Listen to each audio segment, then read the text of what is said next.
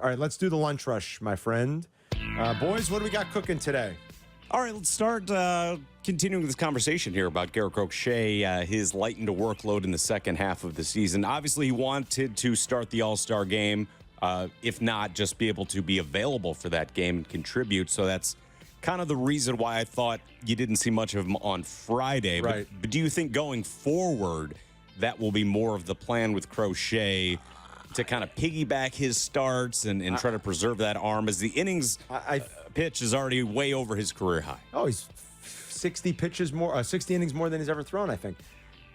While he's still White Sox property, if that's one or two more starts, I think they'll be careful. I wonder how the next team will handle it if they try to limit but also keep him sharp and strong so that he can contribute for you're going to assume what is a contending team come late September and into October. I do think it is one of the more interesting aspects of this trade deadline, considering he's probably the number one guy in terms of production this year that's going to go.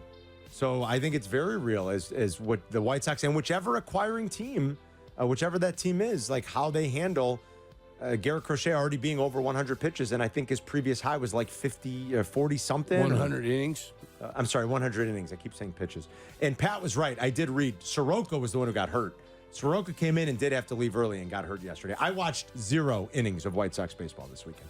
They really don't deserve our time and attention. They just don't. I don't believe they do. I'm sorry. So I watched 0 innings. With all that was going on. Partners of ours. But if you don't give an effort, I can't give an effort. And they just don't. Yeah. So, but I did read that Soroka left early with an injury.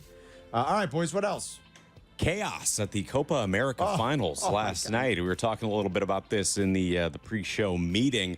Apparently, the game was delayed for was about an hour, 15 minutes. It was an hour and 15. Yeah. So it didn't get started till very late in the final there between Argentina and Colombia. Apparently now concerns are being raised over the United States' ability to handle crowds like this with the World Cup coming up in just a couple of years. But what happened? Was this what I saw the video? They were sneaking in through like an AC, through an HVAC. No, they charged the gates, kid. They charged the gates. 7,000 ticketless individuals that wanted into the game. And they charged the gate. And they just said, we're going to go into the stadium, and they charged the gate. That's what they said. But then I saw a video they were sneaking into an HVAC. I saw that video also, yeah. They cut up the HVAC, and they were trying to sneak into the stadium through the HVAC. What in the world? Yeah. So it's raising questions, like Kevin said, come World Cup time in a couple of years. I guess different protocols will be put into place. You would hope so. Off of this result. Different governing body. It is a different governing body. It is a different governing body that will come in, and take it in. But the stadiums are going to be the same. Most of them. Yeah, the stadiums that are going to host the World Cup.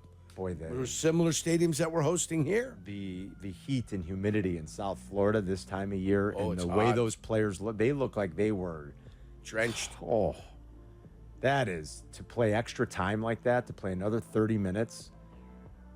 And you talk about score a goal. Exhausted. Score a goal, my friend. I know. That's all you have to do. Yeah, I didn't understand what had happened, why the game started so late. When I got home,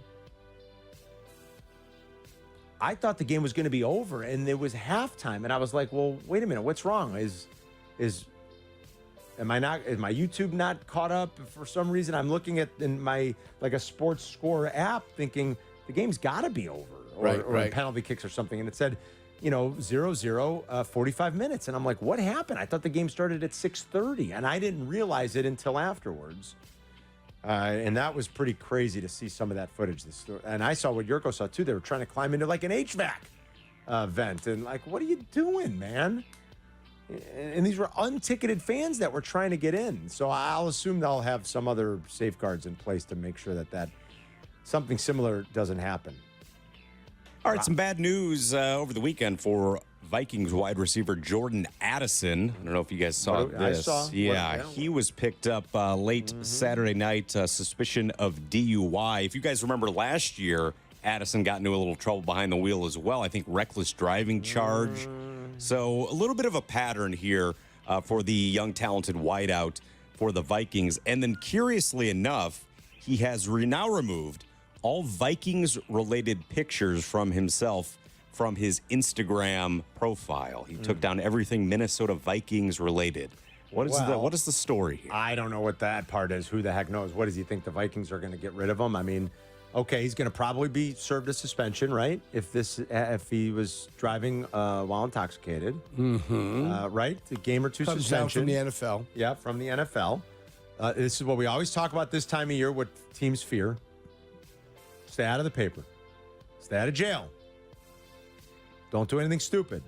And he did something stupid. Obviously, you'll have to pay the consequence now. He'll have his comeuppance, Jurko. And it'll be not long enough to affect the Bears games, unfortunately, because the Bears play the Vikings late. He's awfully good. Stay on the straight and narrow. Come on, you're too good. But stop goofing around behind He the likes wheel. to drive fast, it looks like. That's what it too. looks like. But I don't know why he'd be removing his Viking stuff. I don't know what that means. Yeah, I don't know what that's about. Kids do things for weird reasons these days. I don't know what message he's sending. But you got busted. Okay, now you got to pay the consequence. So.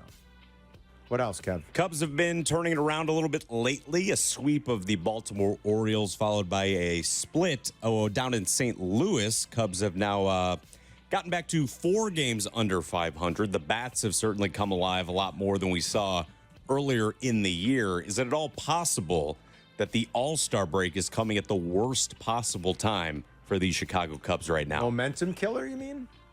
Is that what you're thinking? Momentum killer? I'm thinking, your things are going good. You want to keep it rolling. You want to get back out there the next day. Maybe you don't want a week off. I don't know. Rest is good, I think. I think players I think use the rest recharging the old batteries might be a little bit more important than the break coming at the wrong time. I think so, too. And is this team capable of? Carm, you and I have made a vow, really, not to cover a team if they're not 500. Yeah, This far into the season. Yeah, I'll start believing more if you can get back to 500. Like Kevin said, you're still 4 games below. You're 7-10. We're still going to cover you. It's early enough in the season. They're still in last place in their division. They are in last place in the division. And the New York Mets are the 6th final playoff team. Yes. Yes. The Mets have the last spot. The Mets have the last spot right now. It's, what is it, Braves, Mets, Cards? Does that sound right? I think that's the 3 wild card positions right now in the National League. I'd say the rest is okay, though, and you're not going to run the who knows? I mean, they come out, they get swept by Arizona. Oh, the momentum. I don't know how you prove that. To me, rest at this time of year, you've played about 100 games. It's a good thing for players. Recharge the batteries. They've got a very difficult schedule that they will continue to play coming out of the break. They've got division games against Milwaukee in their second series. They got an Arizona team that's played much better. They go to Kansas City and to the Reds. They got St. Louis again after that. They've got the Twins. You got a bunch of teams fighting for the playoffs. So they have a very difficult schedule. I'd say a battery recharge is good. Anything else? Well, at the All-Star break last year, the Cubs were in a similar spot. What was their record? Was it almost identical? I believe they were also 4 games under 500 at the All-Star break last season. That's just off the top of my head. I actually don't have that verified. But they ripped off a 15-11 July and an 18-9 August last season to kind of give everybody that hope going into the last month of the season, where they did end up faltering a bit. Does this team have another run like last year's team in them? I mean, I think they're capable, yes. I do. They have the same record through 98 games, you guys. The exact same record. Like, Sylvie's poo-pooed that a lot, and he said, it doesn't matter. Think about how they got there. They're different. Last year was a little bit unexpected. Okay, they had some stretches where they played great. They had that This crazy year you run had, and the red drive. hot, you had the red hot start. Exactly. And, like, there were more expectations. More was...